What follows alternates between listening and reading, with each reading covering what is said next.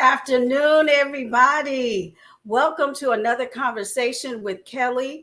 I am your hostess with the mostest, as they say, Kelly Spencer, and I am so glad that you took this Sunday afternoon to spend this time with me and my special guest. I am super, super excited to welcome him. I'm going to give him a proper introduction in just a second. But again, welcome, welcome, welcome.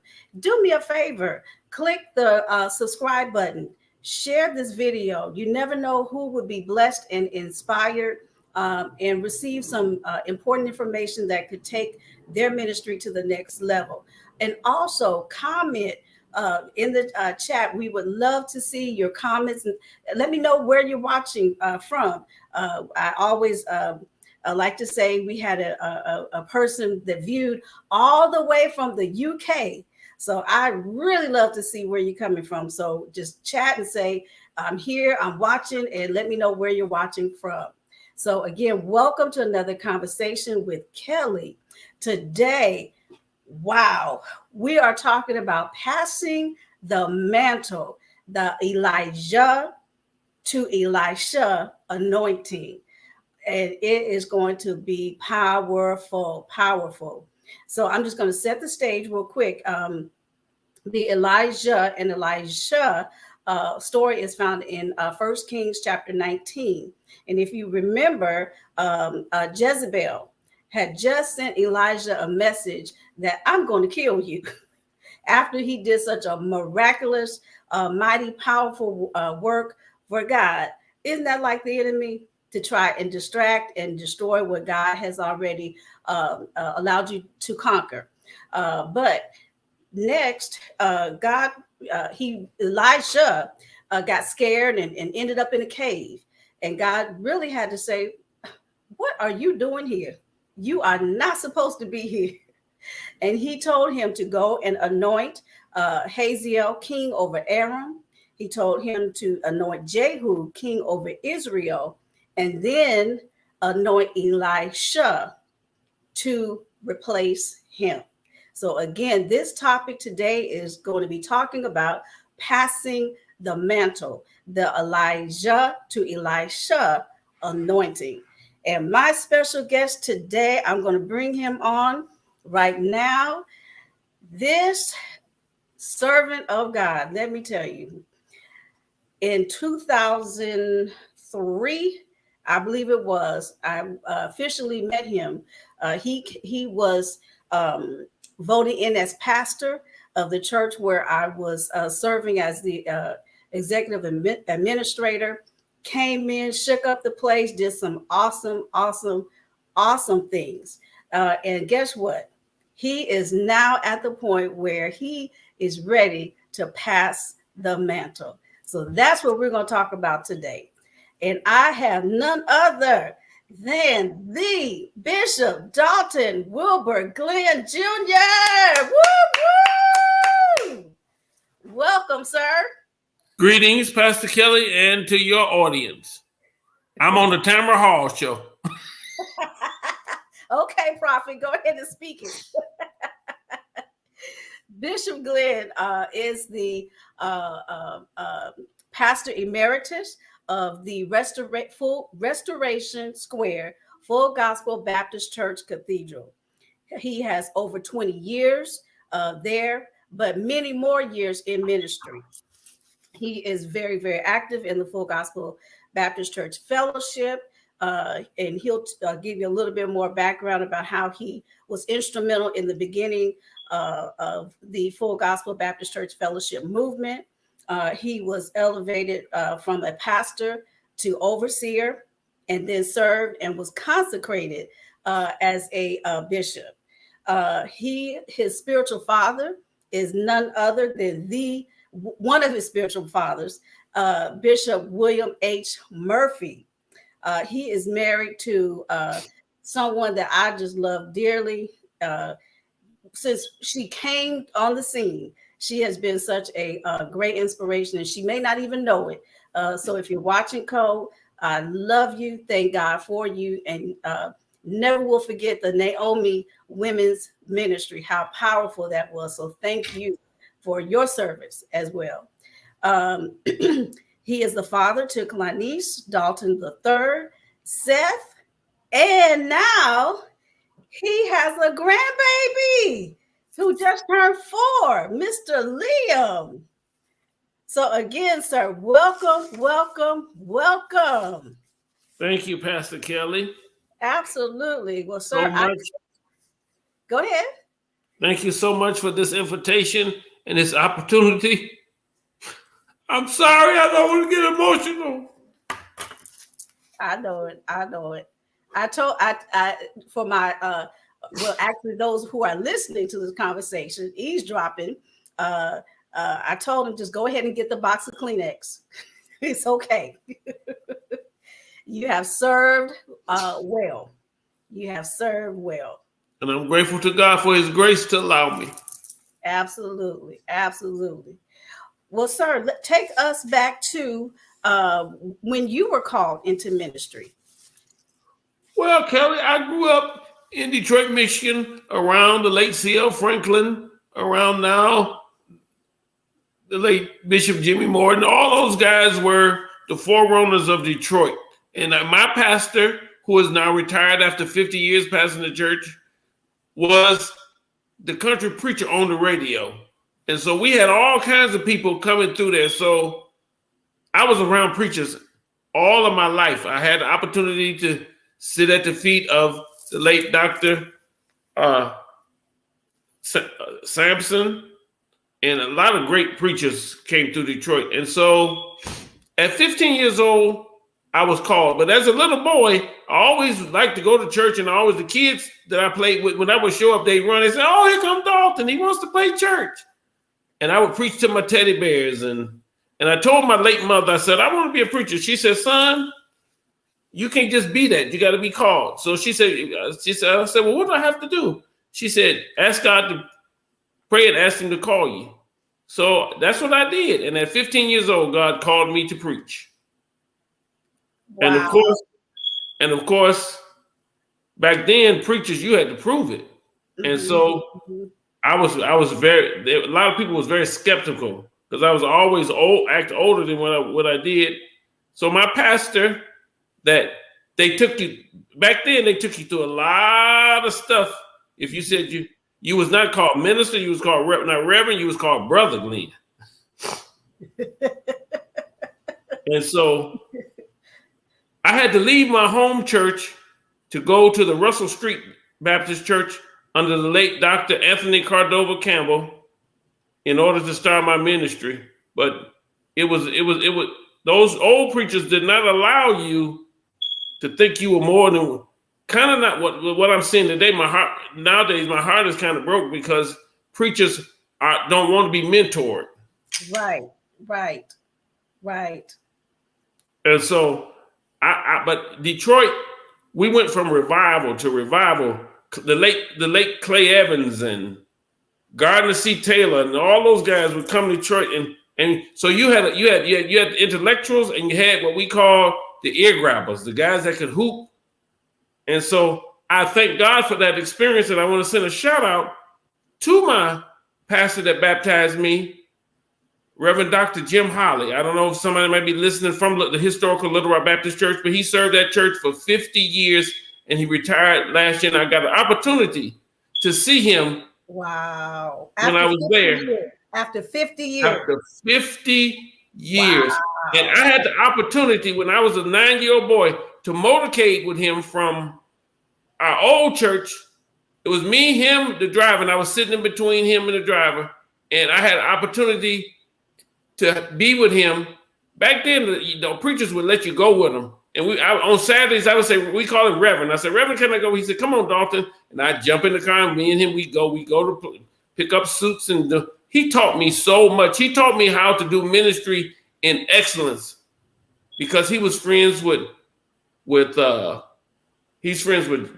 Jesse Jackson. I had the opportunity to hear Martin Luther King's late father preach. We had all kinds of preachers and pastors to come through there. He's well known across the country.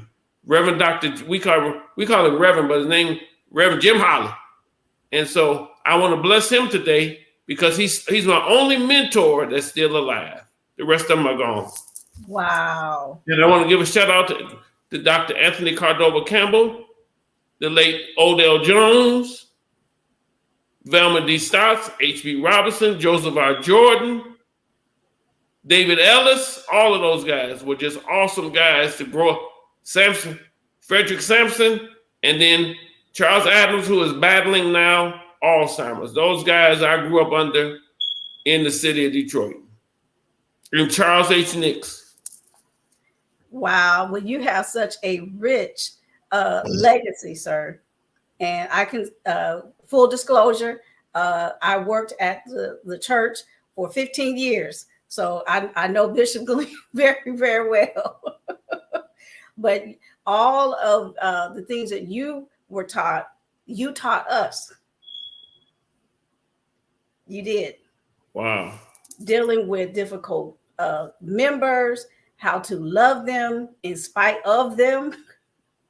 Those are the things that you instilled in us. Yes, sir. Yes, sir.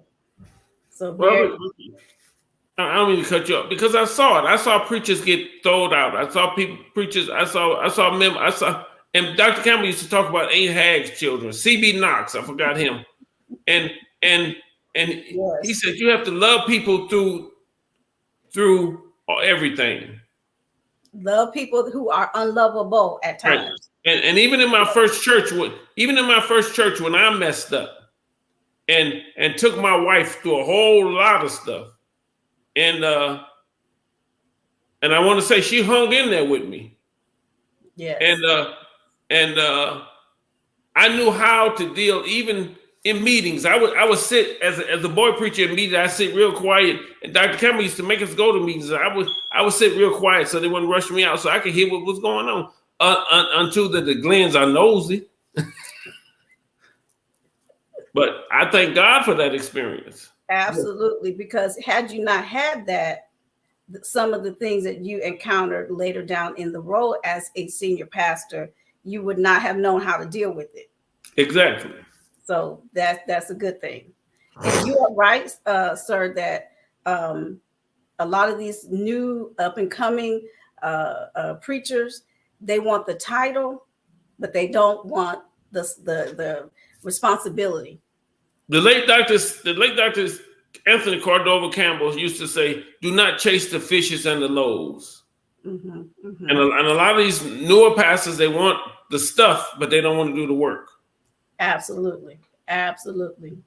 And the stuff will fade away, but the work is always still there.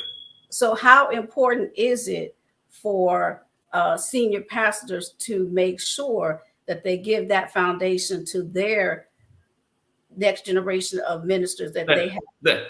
For me, at 41 years in ministry, that is a priority. That was a priority with Dr. Campbell. He made us come to every funeral.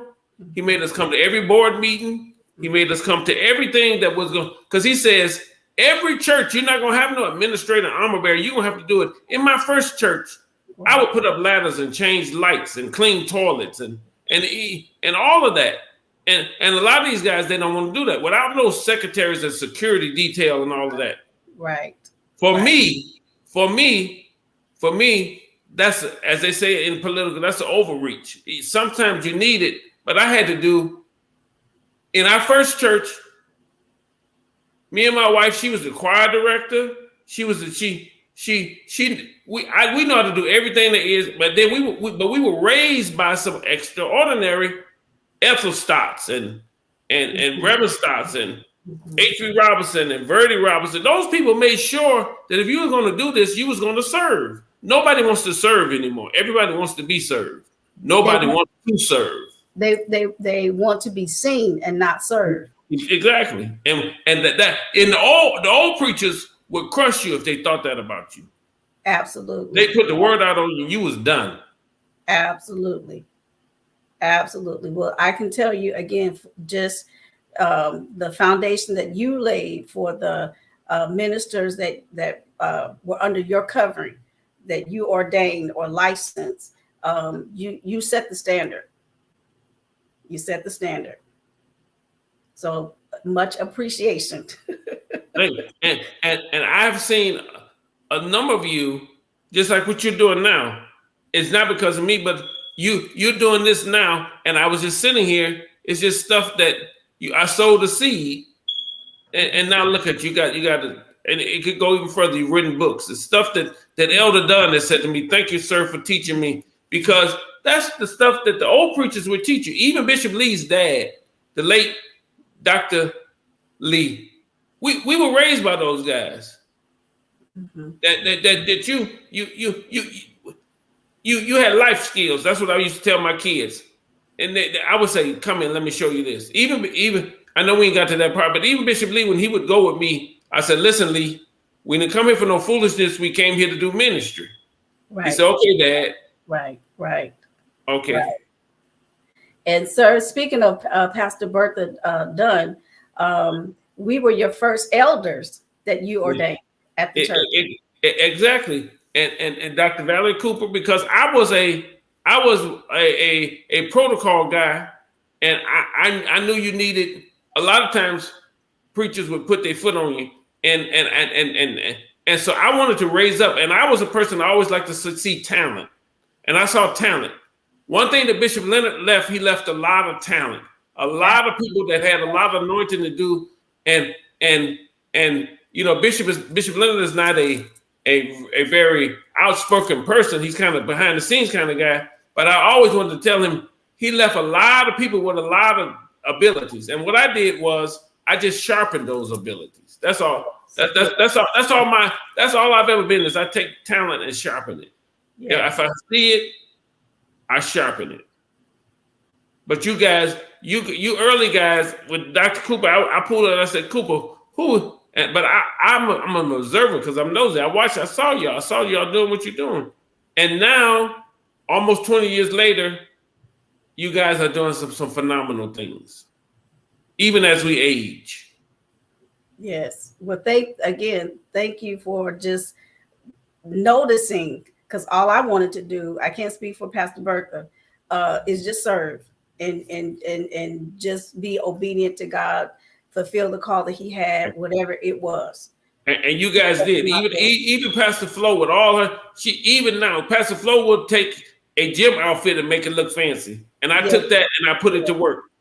And it worked. Even the late Pastor Cephas Jones, a servant par excellent. I can say, Cephas, we're gonna do so and so, and all I would have to do is tell him what I wanted, and then when I look up, it was there. It was done. Mm-hmm. It was done. Mm-hmm. Mm-hmm. Those people there in those early days, even now, they like to serve. Yes. Well, my nugget that I just want to drop in, for those of you who are called into ministry, first serve. Bishop Larry Leonard Sr. wrote a book called Servanthood, the Key to Leadership. Not a key, but the key.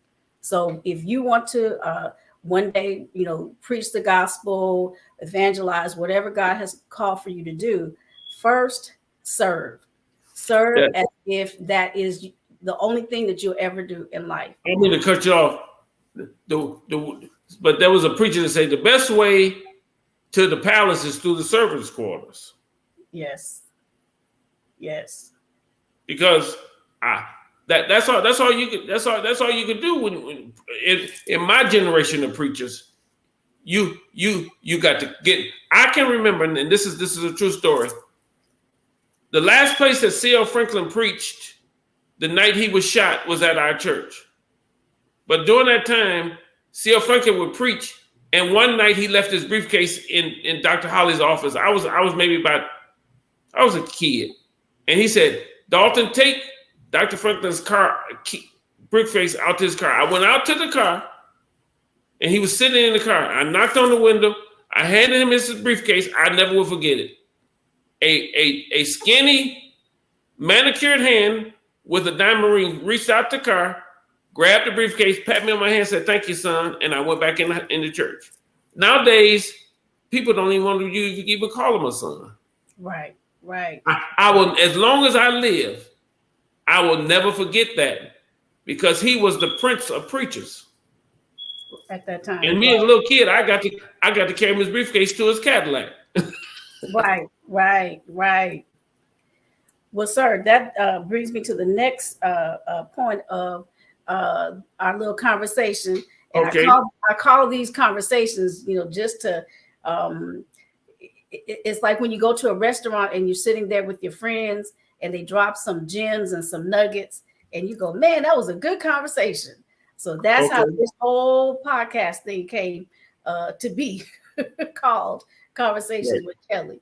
But if someone was eavesdropping and listening in on the conversation by Facebook or Instagram or YouTube, wherever, what would you say is the key that you value the most? The key that I value the most that I lost was that preachers keep their integrity intact. We're human. We make mistakes. Mm-hmm. But 26 years ago, I lost a lot. The one thing that I didn't lose, and I thank God to this day, I didn't lose my family. Mm-hmm. But keep your integrity. If you're going to do something, do it. Mm-hmm. Do what you say you're going to do. Even if you got to change it and can't get it done, but just do what you say you're going to do. So in other words, integrity. Integrity. Mm-hmm. That don't mean you ain't got flaws and something wrong with you and you make mistakes, but just do what you say you're going to do. Even if you got to make some changes. Well, one thing, and I'm gonna make you laugh. Do you remember when you first came? You said God told you to stick to your assignment. Exactly. And there's a member at Restoration Square that Kathy Johnson always said, "Man, do your job." And she would say it disrespectful, but I always remember that. Do your job. Yes. Okay, go ahead. Yeah, stick to your assignment. Stick to your assignment. The ups and the downs. And you're going to have that. Well, please write a book and tell this younger generation that. Dr. Campbell used to say, "This is not a flowery bed of ease." Right. And he preached a sermon that me and Pastor Ayla talk about all the time. It costs to sit in Joseph. This seat is not free. Mm-hmm. Mm-hmm. Mm-hmm. This seat, and I'm gonna say this: every time I get up and I'm hobbling to the restroom, and I said, I realized that this cost me my mobility, but it helped a lot of people. This is, and a lot of guys want it for free. It don't come, and you have personal loss. In these 20 years, I've lost my mother-in-law, I've lost my mother, I've lost my bonus mother, my sister, and I've lost a lot of precious saints that started there with me on that corner are gone. Yes. Cephas is gone. Yes. A lot of them, and I couldn't have did it with a lot of those people that was on that corner, even due to criticism. And you have to take it all, the bitter with the sweet. Well, it's the crushing of the olive that produces the oil. Exactly. We don't want the crushing. We don't want that because it doesn't feel good. It doesn't look good. It didn't feel good. But one thing people ask me, well, what did you like about Houston? I brought my little bitty children here as children.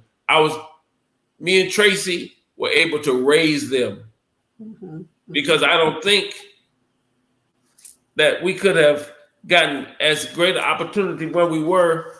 And that's out of everything else, me being a bishop and all of my children are successful. I'm even able to get a bonus child named Taylor, and so I'm at a place in my life now that I understand what Paul says to be content. And I'm content that my family will be happy, that the church is. We didn't even got to that part, but anyways, I'm good. Go ahead. Well, sir, this has been a good conversation so far. I hope people who are listening are writing and taking notes because things that he said are really, really, really powerful and will help you in more ways than you can probably imagine. So again, he talked about integrity, sticking to your assignment. It's not going to be pretty. It's going to be days when you get in that car and in that parking lot and you say, I am not coming back. I'm going to take you to this because you work right there with me. I remember one time we were having something and you got so angry with me. You left the office. I called you. You would not. I can't even remember what it was. And there were days. There were days in the early days you would call me. You said, sir, and when you would say it a certain way, I says, Kelly, what's wrong now? And you say, are you sitting down? Yep. And then you tell me what happened, and then I'd come in there the next day. Matter of fact, the morning that I had my stroke, I came into the office, and I cannot leave out Anthony Quarles. The three of us would get in there and roll up our sleeves, and sometimes people say, "Well, why you didn't tell?" Sometimes we would just get it fixed, and I got to shout out to Zelma Jefferson. There was a whole lot of people that did so many different things. I remember Tammy Lloyd when I walked up and put $1,000 check in my hand. It's just I just go down the list of the people that just got in there and did what they the late Elder Kenita Bennett. I mean, it's just so many people that I could just talk about that sometimes they say, well, wouldn't understand. But one thing that the preachers would say, and some one thing that confirmed, when God tells me something, it's not Dalton. Because if it had been Dalton, I turned that corner going down 59 a whole bunch of days and said, I ain't going back down there. Right. And I'm gonna say this: I was offered a church that was willing to move me and pay me top dollar while I was there, and I turned it down. Nobody knows that. I'm giving it on the podcast. And if I told my family what they were offering me at that time, but that was my assignment. Cephas left the church and went to another church. And he said to me, he said, Doc, he said, I'm leaving. He said, but I believe God, I know God called you here. And he walked out the door. Right. But that church, when the pulpit committee sent me a packet of what they were going to offer me, and I said, no, I can't come. Because see, a lot of people call pastors, and I tell churches all the time, don't call no pastor because he can preach. You find out if he can pastor. Because Dr. Cameron used to say, Sunday morning is the easiest part of your job. It's Monday through Saturday. Monday through Saturday. Yeah. And a lot of churches, oh, he can preach. I like him. No, what is his integrity like? Is he able to handle what's going to come down the pipe? Absolutely. Because out of all of the guys that y'all probably had, I'm a decent preacher. I mean, I know how to study and put them, but I knew how to pastor. And that's what I did for 19 years. And we pay people, and I'm gonna just put it out there. We pay people's bills.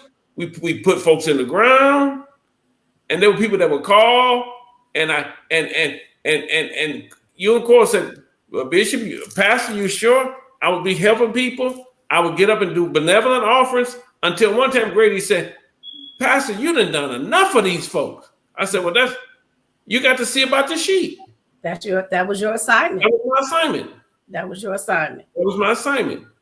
And even to this day that I be going around, I be feeding people and make sure people eat. Because my late grandmother used to say, you make somebody eat, make sure to eat if they ain't got nothing else. Okay. Well, sir, do you remember when it was right after your installation? We went into the Holy Convocation week. That was April. Right. I remember. Then we went right into the youth summer program. Right. That I said, sir, can you let us start the next month? No, I was on a mission. And the reason why I brought that up, because you said feeding.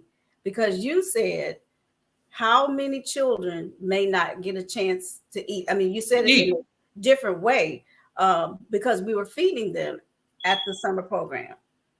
And so that was a testament of your heart for people. We work like a slave, Hebrew slave, and it put us in a financial bind too. Yeah. But Bishop Lee always says, if it's his will, it's his bill. It's his bill. That's right. Right. He always says that. And see, another thing is, you have to always learn from your children. And even though Bishop Lee is my spiritual son, I listen to different things that he says. And even my little grandson, as me and him be going around, he asks us a lot of questions, and he always said, "Dad, what you doing?" And I tell him what I'm doing. He said, "Dad, why you doing that?" Mm-hmm. Mm-hmm. And I have to explain, but he says little things, and I learn from him. Okay, mm-hmm. Kelly, because I keep. You got some other stuff. We got a couple. So,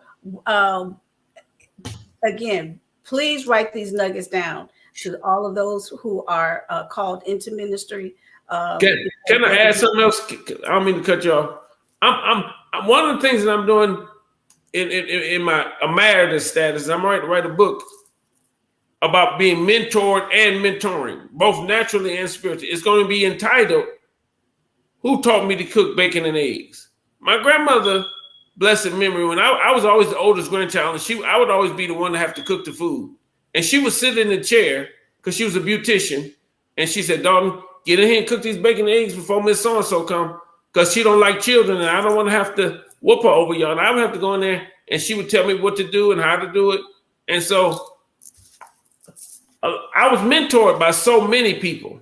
Mm-hmm. And so I know how to be mentored, and I know how to mentor. So I'm working on a book. As I have spare time, and a lot of people don't want to be mentored. One thing that you guys did, you wanted to be mentored. You would come to meetings, and you would come to and I would mentor you. I remember somebody saying to me one time, "Why do you have so many meetings?" I said, "Because you got to get the information out."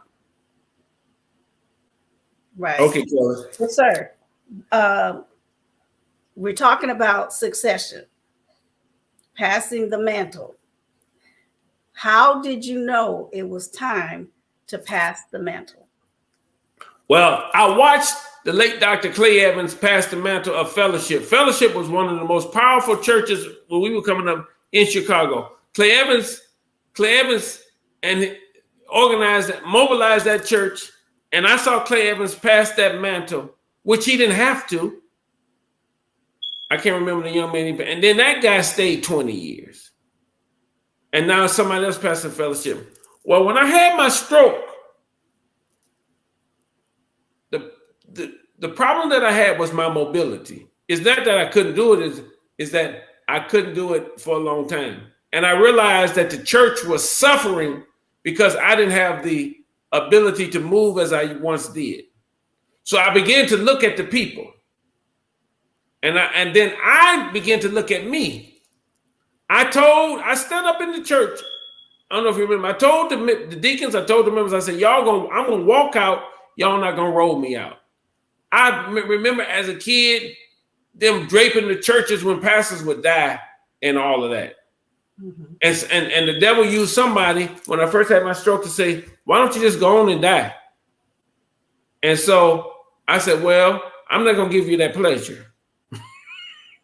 So I began to pray, "God, release my son." But then I asked him, I said, "God, I need somebody that's going to be a good legacy bearer. I need somebody that's going to be able to guard the legacy. Mm-hmm. I don't just want some preacher that just want a church. I need somebody to guard the legacy." And so as I began to pray, I wanted somebody that was relational to guard the legacy. So I called Bishop Lee. I said, "Come down here." And it was one of my anniversaries. He preached and he stayed at my house. I went into the room that he was sitting in. I sat on the bed. I said, "You ready to come to Texas?" He never, even to this day, Bishop Lee is a 40-something-year-old man. He never disrespected me. Even if he disagreed, he said, "Okay, Dad," because he felt about me what I felt about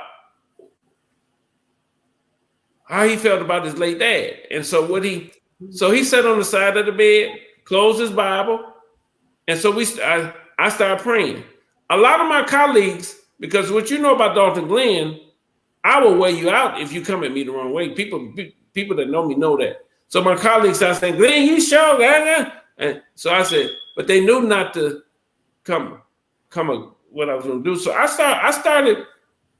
started preparing myself, your family, my family, because I knew it was time for me to go. Because I don't ever hate it. A lot of preachers can't go because they have an ego. And so I began to talk to him. I went to Detroit to kind of see what he was doing, and we talked and we went back and forth, and he had traveled with me, and I just wanted a garter of the legacy. Not just my legacy, but I wanted the garter of the legacy of Morning Star, Restoration Square, the whole ministry. And I wanted a guy, and there was a couple of guys that approached me, but I knew they weren't going to guard the legacy. And so I'm going to tell the story. And so when he came, we went back. Bishop Lee and his wife, they came on their own, and we came up with an agreement. And during this process, he never, if he did, I don't know it, he never, because see, what people will do when you get in transition, what I did was I did the old way. I put him up to preach, and I candidated him before the people. That's what we used to say the old time. I candidated him before the people. I let him get into the hearts of the people, because there were some times that I wouldn't even go. I wouldn't even show up.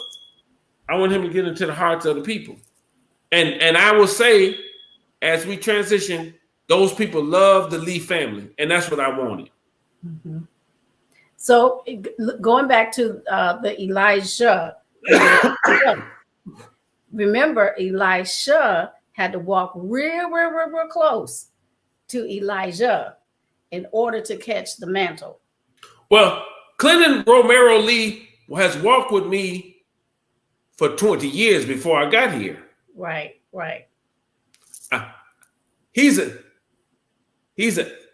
I was there when he did his first sermon. I was there. I ordained him. So he's been walking with me for over 25 years, since he was a young man. Mm-hmm, mm-hmm. He plays the organ because I had a broadcast. He couldn't play but one. He tells this story all the time. He couldn't play but one song, Glory, Glory, Hallelujah. And I said, "Lee, come play for me." Because his daddy's church was a musical church. His daddy's church was one of the churches back in the day that recorded the album and all of that. And so I said, and people don't know, he hated church. When he was a little boy, if they had to go to a second church, he'd grab and hold his mama. "I don't want to go." But anyways, he started playing for me on broadcast. And I said, "Lee, you going to play." I anointed his hands and he started playing. And he would travel with me. Mm-hmm. And that was when he was a young man. He was a rascal. I said, "Lee, we going to this revival." I said, "But you leave them gals alone." He said, "Dad, okay." And he's never on time. He's never on time for nothing. Don't tell it all, sir. No, I'm transparent, because you got to know when you say walking with me, because right. I start talking to him about his integrity. Right. And no, that he was a young man. I'm talking about 19, 20. I'm talking real young. Right. And never on time. when I'm just making it, and I like to joke. Everybody know when I saw that they changed the time to the church, I said, "Well, is the pastor gonna get there on time?" Because one time we were going to Erie, Pennsylvania. He would go with me every to Erie, and I said, "Lee, I'm gonna be there at a certain time." He forgot this. I got there, he was not ready. Him and one of his road dogs was going with me. And I wore him out the whole trip. And you know, Detroit from Erie is like 3.5 hours. Yeah, yeah. And I wore him out. I said, "You're gonna make me late." And he never to this day, and he is a bishop and a pastor in his own right. Never to this day, if I go to getting on him, sometimes he'll say, "Dad, I am a grown man now." I said, "Oh, I keep," but he will never. And he told me, and I don't want to start crying about this. He told me, he said, "Dad, I feel about you like I feel about my own daddy." He said, "I'm not gonna never hurt you." And so he's been walking. I started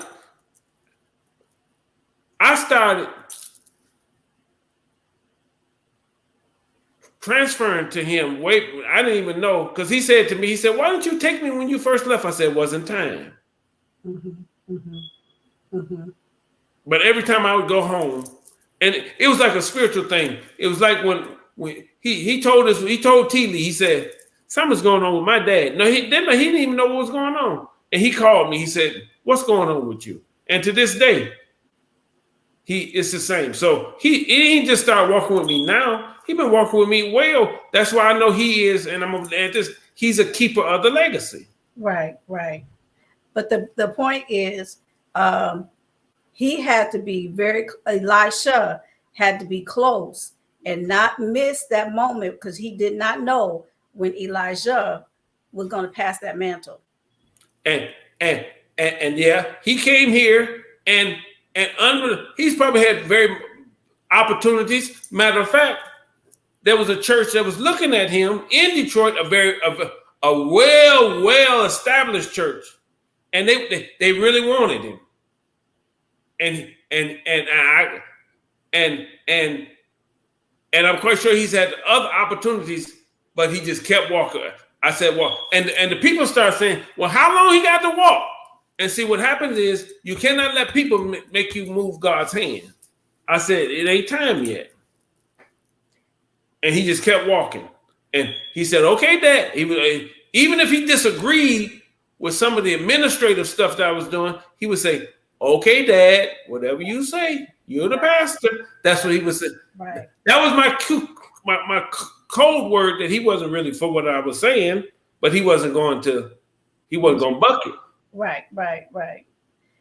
Well, that is just so parallel to the Elijah and Elisha relationship. So what would you say to the Elishas, the Bishop Lees? How can they prepare for? Wait your turn. Wait your turn. Okay. And I'm not saying that to belittle. Wait your turn. Don't push it. Because there were many days he could have probably walked out of there, but he waited. Mm-hmm. He waited, and he don't know. And people from the church, he don't know. I'm more respectful to him that he waited, because it was a certain way. Me and him had conversations. It was a certain way I wanted to transition, and he allowed me to do that first. He allowed me, to this day, he allowed me to transition, even up to this celebration. He allowed me to transition, and I would never, because them old preachers would not get out their graves on me. I would never disrespect. He never disrespected me. And I'm quite sure that, because I've been in church almost as long as I've been living, people have walked up to him, "Well, you need to do this, and you need," but he never fed into. If they did, I don't know, but I know church people. Right. I'm telling the guys that's coming up, because like I'm telling my colleagues, none of us are meant to do this forever. Mm-hmm. There's got to be somebody coming behind you. Mm-hmm. And that was the next. Yes. Go ahead. You're not meant to do this forever. You can't do it forever physically. You can't do it forever physically. Mentally, now spiritually you might be able to, but physically and mentally you can't be. And I'm going to say this: Bishop Lee has been the pastor there since February. These last few months, I've been able to relax. Mm-hmm, mm-hmm. And I've been telling my colleagues, I said, you need to start putting your succession. But Bishop Morton showed us how to succeed. Put a succession plan in place. I'm telling everybody, because you shouldn't have to have no pulpit committees and preachers coming in. There should be somebody that you connect with, and that's the word I want to use with the like that you connect, but they got to be able to wait their turn. Yes, that is the key. That is the key. Because now it's his turn. Yes. Now, Bishop Lee and First Lady T. Lee and little AJ and Bishop Lee's others, it's their turn now. Yes. And I will never. And people ask, where Bishop at? I'm worshiping, but I'm not going to get in the way. And yes. And that is the final thing I was going to talk about is what you just touched on, how Bishop Morton kind of set the tone for how you transition successfully. Because when you do retire, there should not be a gap. Does that make sense? It should be a smooth transition, as if you're still on the scene. Another person driving. And other people. And what's going to happen is it happened when I came. People left under Bishop Leonard, then they came back. People left under me, and now they'll come back. Then because it's just the nature of the way church is. Then they'll come to Bishop Lee. Then Bishop Lee will raise up a whole nother generation. Yes. And in 20 years from now, when he's in his 60s, yes, that there'll be you're not meant to. You're not. It should not be no gap. If you look in the scriptures, when and my thing that I go is that when Moses got ready to, when he realized that he wasn't going to go to the promised land, he went to the mountain and he handpicked his successor, and because it has to be one of my late pastors, C.B. Knox, said God assigns churches. I believe and I know that God assigned Clinton Romero Lee Sr. as the senior pastor of that church for however long his assignment is there. Now, and I'm gonna say this: the one thing that I do know about Clinton Romero Lee, he prays and he hears from God. It ain't got nothing to do with no preaching. It has to do with as the old folks used to say, is he gonna see about the saints? Because see, some of those saints that are there now, right, are not. And me and you talked about that. There's a whole lot of people that were there now, that were there when I got there. And they're now seniors now. They're in their 80s and 90s and 70s, and some of them are gone. That's right. But Mother Lindsay, that was one of my precious babies. Some of them, and y'all saw me and that's why at the end I would close them down, because that's the finest. When I tucked them in, people wonder why you do that. That's the last thing I could do for them. And Mother Lindsay used to sit in the mother section, and when I would preach, she said, "Oh, you gonna make me come up there and grab you?" And I remember when she got sick, and I went to the house to see her, and Bishop Morton was coming in. She said, "Oh, I hear Brother Morton coming over there," and then Mother Lindsay went home to be with the Lord. It was a lot of them, but that was one of my precious saints.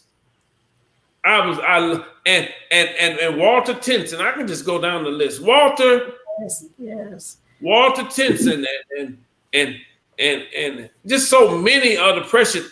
Those were some. And Deacon Ennis said to me, Deacon Ennis, he was taking care of Mother Ennis. I never got the pleasure of really pastoring her. He said, "Pastor," he said, "I can't come. I got to come because I watched that man take care of that lady, and he will be 92 or 91 in October." He said, "You're the pastor." He says, "Just blow the whistle at every crossing."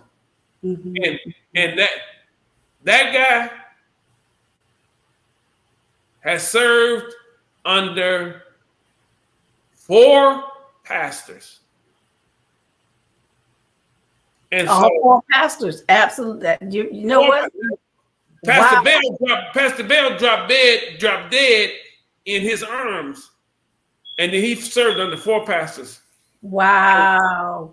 And Wow. so my shout out to him, if anybody's listening from the church, my shout out is to those deacons, because we even to Melvin, late Melvin Green. I ordained deacons, and even Josh. Josh is the next generation of deacons there. I told Josh, I said, Josh, I'm gone. I said, but you got to, I said, his late grandmother, Annie Nora, all them old precious saints. Mother Quarles, I just go down the list. Well, sir, just for those who may not know what you meant by tucking them away, explain, or do you want me to explain? When I lose a member, I would close the casket. Yes, yes. And I was taught that is the final act that I could do for them as a pastor. Yes. And some of them, I would roll them out, and I would help lift them and put them into the casket. That's what I'm tucking them away. And I remember some people didn't understand that, why you do that. But as a pastor, that's the last thing that I could do. Well, sir, you showed us so much as ministers and part of your pastoral staff. Until I am forever, and I am not going to cry, forever. Well, I am.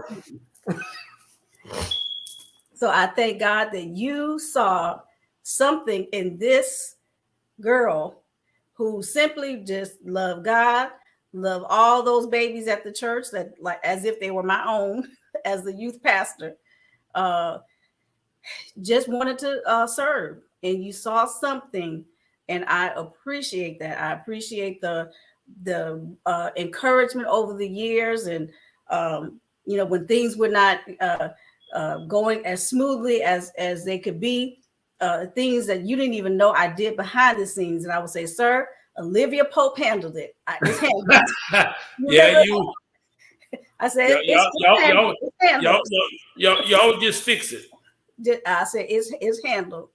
But I want to say sincerely, you completed your assignment. It was not easy, but I can say you did what you were called to do. And I will say that I am so, as Mother Loving said, I'm happy, glad to have had the opportunity. Absolutely. Well, we are going to lighten up, because I am not going to cry. I'm not. I'll save the tears for next week. But you have a service coming up. Yes, I have a celebration weekend, and I want to thank Bishop Lee and T. Lee and the official family. When I say official family, I'm talking about the leaders, for allowing me to have this service. Because like I told him, I said, Lee, I want a certain way I want to do it. And I said allow, because by him being a keeper of the legacy, he could have said, you ain't having nothing here. I'm the pastor here now. Right. But he is allowing me, and I want to say that I'm grateful. Do you want me to talk about that, the service? Yes, I'm going to put up the flyer. Okay. All right, there we go. Bishop Paul S. Morton, I messed up tremendously, and he set me down. And when this church became available, Tracy and I drove 4 hours to Chicago to meet with him, because that's the way I was trained, to ask him if it was okay for me to apply for it. Bishop Paul S. Morton was sitting in the late Bishop Ellis in Chicago office. He was preaching there. We drove there. And he said, well, Overseer Glenn, he says,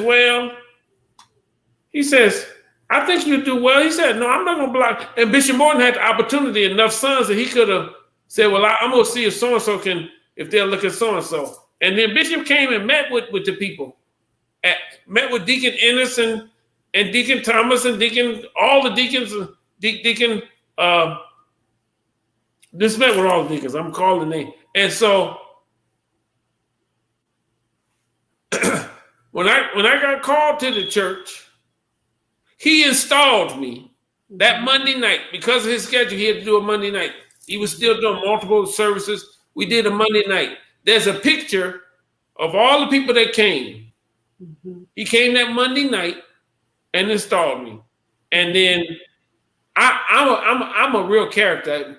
People, be joking and laughing. And so Bishop Morton and I, over the years, have gained a relationship because I always be saying real funny stuff to him, and he just be laughing. Him and Pastor D. I can't leave her out. And so I told my friend, they said, why you got Bishop Murphy couldn't make it because he's going to be out the country. I said, well, Bishop Morton installed me. He's going to come and uninstall me. And so when I called him, I said, Bishop, you got to come and uninstall me. And so we worked it out. So Friday night is really when I want everybody to show up. Yes. 3 on the mule. Yes. And then Bishop Gavin, reason why I know people don't know, Bishop Gavin is one of the reasons, because Bishop Leonard had preached at the tent revival the night before me, and Gavin said, Glenn, Leonard, because we call each other, no disrespect, we call each other by it. He said, Leonard about to leave his church. And he said it to me like, get in gear and send your resume. That's why he said it to me. And so these 19 to almost 20 years, Gavin has come every year. And then when I messed up in my first church, Gavin was supposed to come. He said, Glenn, I can't come. Gavin came to Detroit and gave me $500. He said, and we've been friends. We've been brothers. When my mother-in-law was sick, Gavin would send seed. He's like a brother to me. And when his mother and father died, I went there and officiated both of the funerals. That's how close we are. And so if you can't make it Friday, come on Sunday, because we're gonna have a good time. But I want all former, present. I want everybody to be there Friday night. Even my friends from Walmart. I got friends at Walmart, Kroger's, everywhere. I got people everywhere. I got white, black, yellow, green, because I don't meet no strangers. So just come and share, be with me, and share with me again. As my wife Tracy Glenn said, again. I'd like to thank Bishop Lee T. Lee and the official staff and the official family of the Restoration Square. You will always be in my heart. And as everybody been saying, well, where's Bishop at? I am not there. But I want Bishop Lee to be. Why would I almost give my life for something? Then I want him to do. I want to drive down there one day and something is sitting there. So much is going on down there. I can't even get in the gate. All I ask is just let me keep serving and pass out a bulletin every now and then. Well, the date for the service is this coming Friday, April 21st. It's at 7:30. It's going to be at Restoration Square for Gospel Baptist Cathedral, 5110 Crane at Pig Fair in Houston, Texas. And I'm going to put up, for those of you all who cannot attend, Bishop's Cash App. If you want now, Kelly, let me. Why are you doing that? So, it's Daddy G 1967. Now, T. Lee always laughs at. It's not no Bishop because I am loving being a grandfather, and my grandson's supposed to call me Daddy G. Ain't not no G like no pimp or nothing like that. Daddy G 1967. That's because I love my limb, and we call him Limbo, my snuggle bug. So go ahead, Kelly. I just want to give him that. So at the bottom of your screen is his Cash App handle given by his grandson and also his Zelle. So again, if you cannot make it to any of the services, the Friday, the 21st or Sunday, the 23rd, send him a love offering and say, servant, well done. And I thank you. Absolutely. Absolutely. Well, this has been an awesome conversation, sir. And I am honored. When I initially asked you a couple of months ago, I had no idea that this was going to take place. Do you remember that conversation? Right. And you said, I know this is God because you didn't know this. Yeah, no. Because see, I kept it under wraps. People say, you like to talk and tell it, but I kept it under wraps, me and Bishop Lee, because I wanted to transition to help happen. And I'm gonna say this in November, I almost lost my life again because of an infection. Nobody really knew that, and I laid in the hospital for a week, and people were cold blooded all around me. I said, God, listen, I asked you not to let me go like this. I wanted to see my stuff go right.